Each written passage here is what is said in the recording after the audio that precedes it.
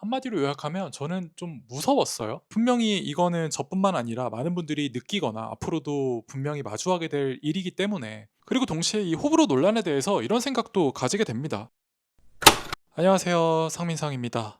거의 1년 만에 돌아왔습니다. 보시면 좀 바뀐 것들이 있죠. 일단은 이사를 해서 배경이 좀 바뀌었습니다. 늘 그동안 봐오셨던 약간 취조실 같은 느낌의 붉은 조명의 그런 공간에서 조금은 화사해진 공간으로 바뀌었고요. 그동안은 카메라 한 대로 진행을 했었는데 카메라가 여기도 생기고, 그리고 또 여기도 생겼습니다. 이렇게 조금 더 구색을 갖춰서 영상을 또 키게 됐습니다. 지난 영상에서 분명히 앞으로는 뭐 브이로그 같은 것도 하고 싶고, 뭐 앞으로 더 찾아뵐 수 있도록 하겠다라고 약속을 하면서 영상을 마무리했던 기억이 있는데, 이렇게나 또 뻔뻔하게 무려 8개월 만에 영상을 또 키고 돌아오게 됐습니다. 제가 8개월 만에 돌아오게 된 뭐 이유랄까요? 오늘 다룰 영화이기도 한데, 무엇에 대해서 이야기할 것이냐? 바로 박찬욱 감독의 최신작이죠. 어쩔 수가 없다를 다뤄보도록 하겠습니다.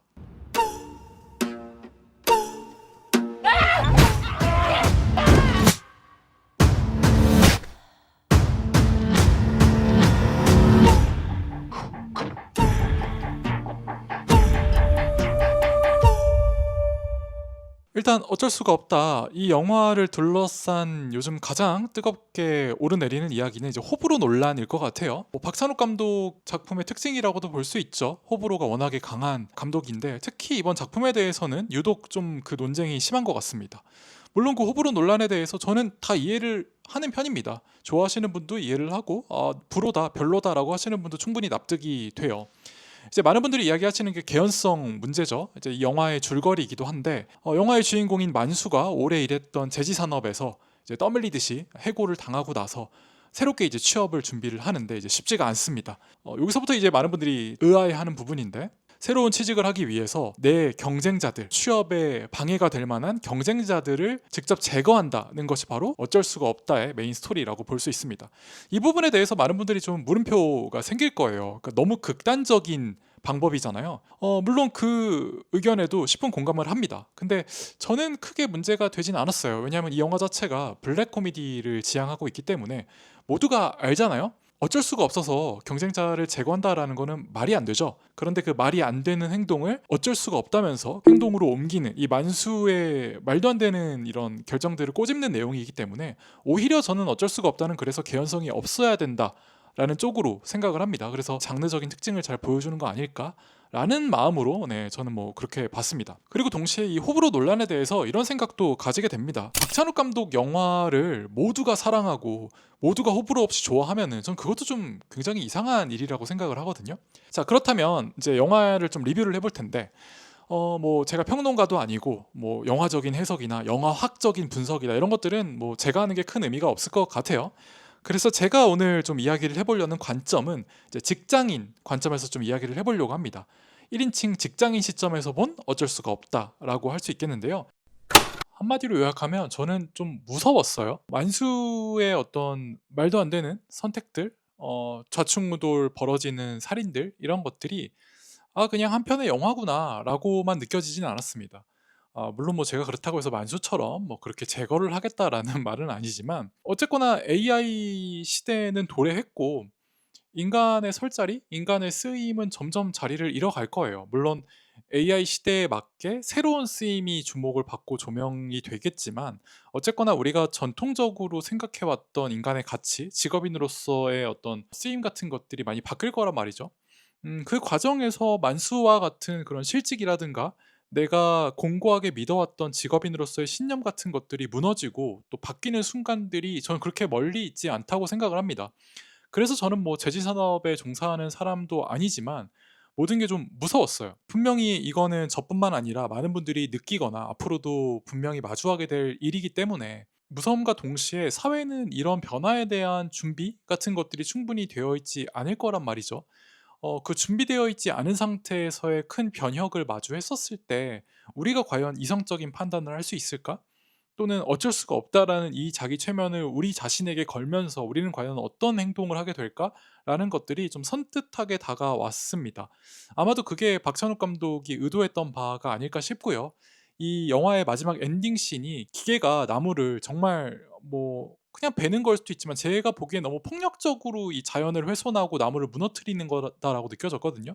근데 그게 단순히 어떤 자연을 훼손하는 막 그런 것들에 경종을 울리는 씬이었다라기보다 기계에 의해서 또는 AI에 의해서 쇠락해가고 무너져가고 분쇄되어가는 그런 노동자들 또는 직업인들의 미래를 보여주는 것 같아서 여러모로 좀 생각이 많아지는 그런 작품이었습니다. 그래서 더욱더 이 영화가 우리에게 주고자 하는 질문, 이 메시지가 중요하다고 생각을 해요. 어쩔 수가 없는 게 아니라 어떻게 해야 우리가 앞으로 조금 더 인간답게 나아갈 수 있고 이 새롭게 변화하는 상황에 맞춰서 우리다움을 지키면서 직업인으로서 살아갈 수 있을 것인가에 대한 질문을 하나씩 마치 나무를 심듯이 우리 마음에 심는 그런 작품이 아니었나 하는 것이 제 생각이고요. 이번 작품에서 빼놓을 수 없는 것이 배우의 연기죠. 네, 이병헌 배우야 말할 것도 없고 사실 제가 가장 놀란 거는 염혜란 배우의 연기였습니다. 정말 이 요부의 연기를 어쩌면 그렇게 섹시하게 잘 해내는지 정말 놀라움을 금치 않을 수 없었고요.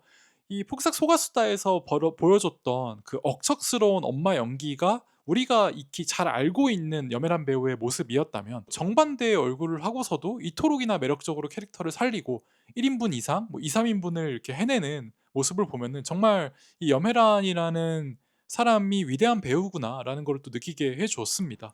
어쩔 수 없이 이 영화에 대해서 좀 깊게 다루기 위해서는 스포일러를 포함할 수밖에 없을 것 같아서요. 혹시나 그것에 조금 민감하신 분들이라면 여기까지만 보시고 하지만 꼭 돌아오셔야 돼요, 여러분. 결국에 영화에 대해서 찬찬히 이야기를 하려면 이 세 번의 살인을 좀 더 깊게 파봐야 될 필요가 있을 것 같아요. 첫 번째 피해자인 범모부터 좀 살펴보도록 하겠습니다. 이성민 배우가 연기를 했죠. 범모는 첫 번째 타겟이 된 만큼 만수의 자리를 가장 크게 위협하는 경쟁자, 능력을 갖춘 경쟁자입니다. 그래서 만수도 이 범모를 제거하기 위해서 접근을 하고 관찰을 하게 되죠. 근데 문제는 뭐냐면 범모가 너무 자기와 비슷한 사람인 거예요. 이 제지 산업에서 잔뼈도 굵고 이 종이에 대해서 가지고 있는 조금은 보수적인 태도도 너무 동일하고요. 만수가 이 범모에게 특히나 몰입을 했던 것이 바로 부인과의 관계입니다. 범모의 부인 염혜란 배우가 연기한 아라 같은 경우는 이미 지금 불륜을 하고 있어요. 그런데 공교롭게도 만수도 자기 부인의 불륜을 의심하고 있는 상황인 거죠.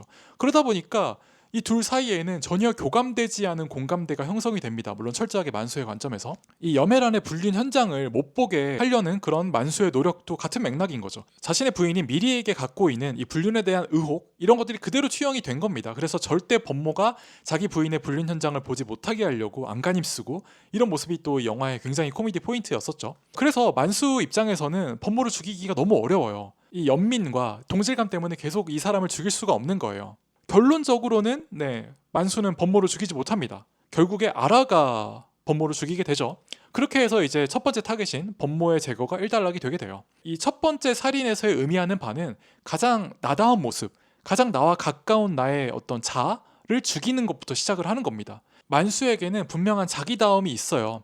기본적으로 이 일에 대한 신념도 굉장히 큰 사람이고 성실하게 살아왔고 좀 가부장적이긴 하지만 어쨌건 가장으로서의 책임감도 굉장히 크고 아마도 범모도 그랬겠죠.